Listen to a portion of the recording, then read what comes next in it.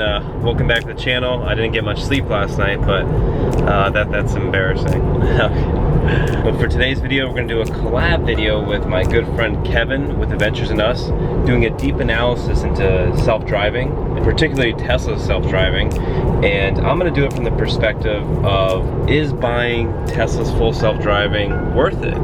Kevin, on his channel, he's going to be doing more of a deep analysis, probably into the technology and things like that. So it'll be a really well balanced video. I own obviously a Tesla, so I want to walk you guys through the thought process as to why I ended up buying the full self-driving package, laying out the pros and cons and the risk that's associated with having to buy it. And so if you're in the market to buy a Tesla, or you already own a Tesla and you're trying to decide, should I upgrade it or should I get the full self-driving package, hopefully this video offers some value for that. So with that said, let's jump into it.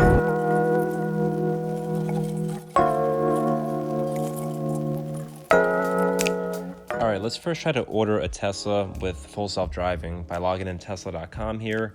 We'll pick ourselves out the Tesla Model 3. Check it out. The car looks pretty cool. So we'll take one of these. So we hit order now, and then Tesla's going to walk us through a few other steps.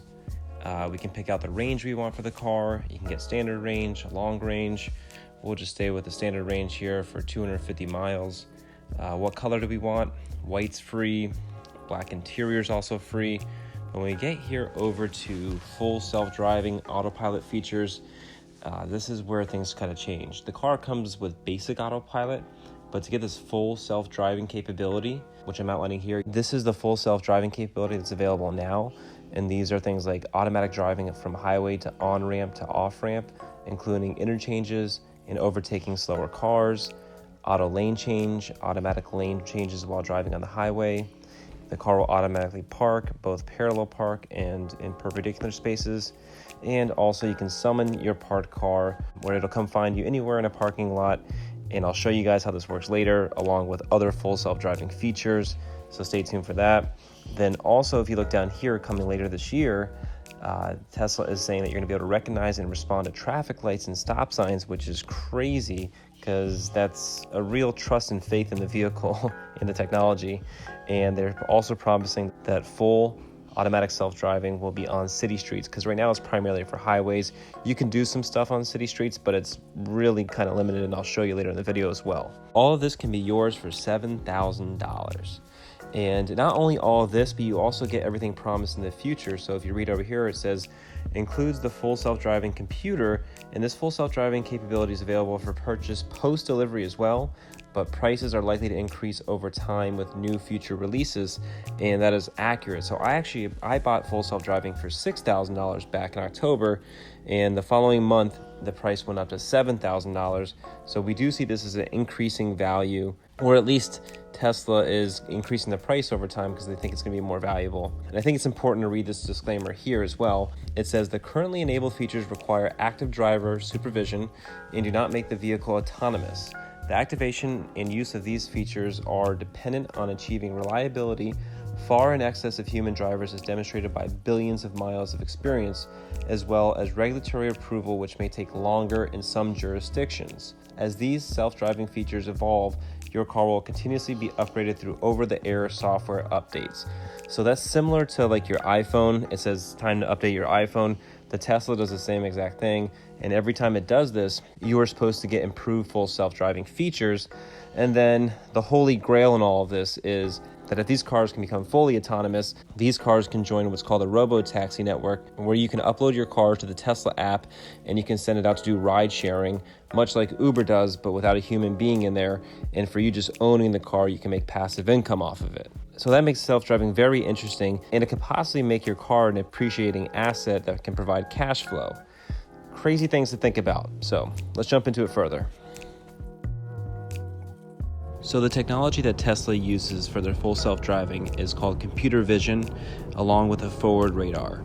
So computer vision is that the car has several cameras located all around it, and it also uses a forward radar to help detect through smog, snow, dust, and things like that.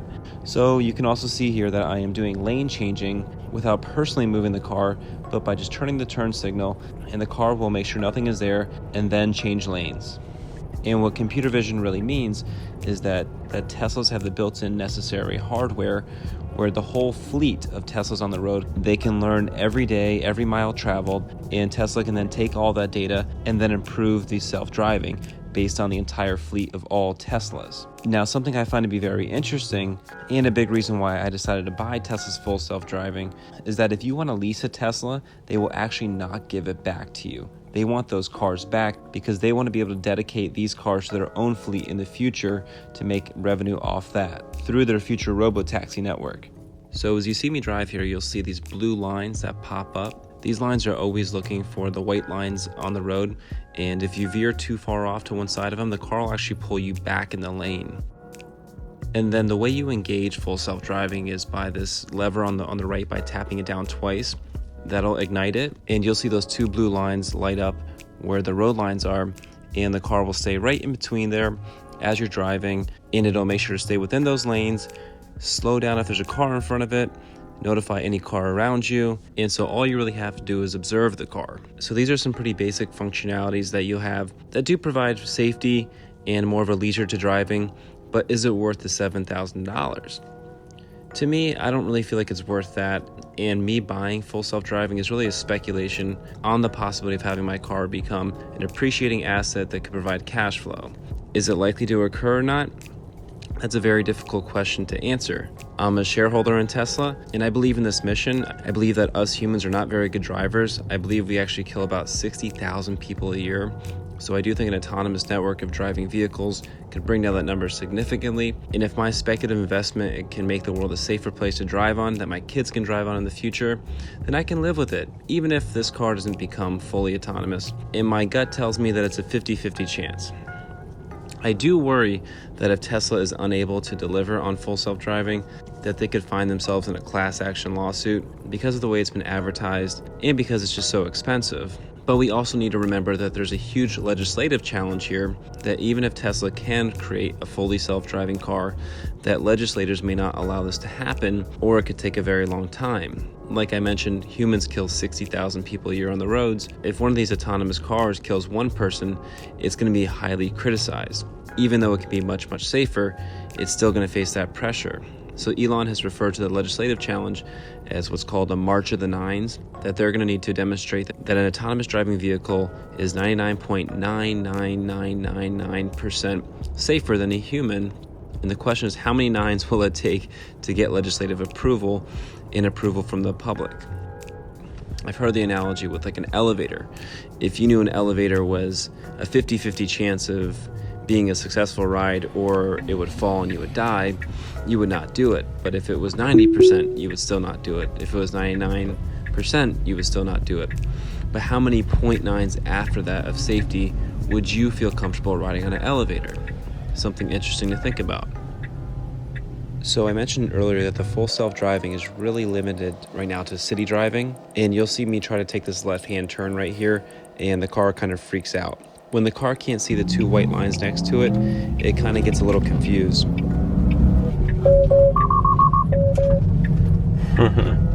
After this, I'm going to show you me summoning the car from a parking lot. And this is where it looks like the radar system really kicks in, and the car's not just really relying on the two white lines next to it.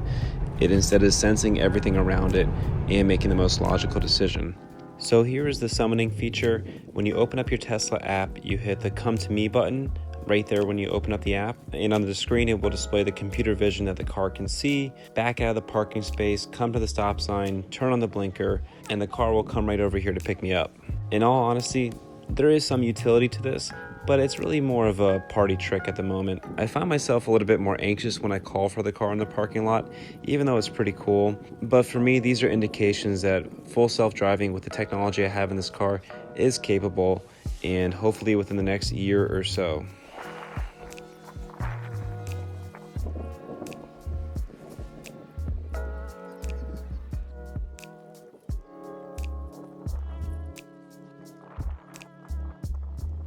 So guys, to summarize my thoughts, the future value of self-driving will become extremely valuable. It'll be an extremely disruptive innovation that will affect many industries, from ride-sharing, transportation, and who knows what else it could possibly bring. So while this bet is risky to invest in full self-driving, there could be huge potential upside. So there are definitely more risk-averse types of investing, where this is kind of an all or nothing. Either Tesla's going to knock it out of the park, you're going to get legislative approval. A lot of things need to go well for this really to work out. So I really wouldn't speculate anything you're not okay with losing in this. A little tip I want to throw in as well. Right now you can go on Tesla's website and you can reserve a Cybertruck, and on there you can actually add the upgrade of self-driving, and I believe lock in your price at $7,000. This truck isn't coming out for a couple of years, so in the meantime you can see the value of self-driving go up but be locked in at that $7,000 price. And also that $100 you're investing is refundable, so it's kind of a riskless bet on Tesla's self-driving program. Just an extra tip. This is not financial advice. Feel free to do what you want with your money. I'm just putting my 2 cents into it, and I'm really excited to see how this progresses. Tesla is a very exciting company with hopefully a bright future ahead, and they're not the only one chasing full self-driving. Right now you have Google with their Waymo program, you have GM with Cruise. Everyone's chasing this pot of gold, and right now I have a bet in Tesla stock and also with purchasing their full self-driving. So guys, let me know what you think down in the comment section below. Do you think buying Tesla self-driving is worth it? Do you feel like it's a good mission? Do you believe in the near future that you can actually make money from a robo-taxi network? It's all very interesting stuff. So I hope you enjoyed the video. Let me know in the comment section. If you haven't already, make sure to give this video a thumbs up. Subscribe to the channel for future content relating to investing, Tesla, financial freedom, all that good stuff. And I don't think I even need to ask, after you watch Kevin's video, I'm sure you know that you need to subscribe to his channel. He is a longtime friend of mine, and he really makes me want to step up my game as a YouTuber and video editor. But I know I'm not quite there yet, so I will continue to keep on dreaming. Guys, thank you so much for watching, and I'll see you in my next one. Later.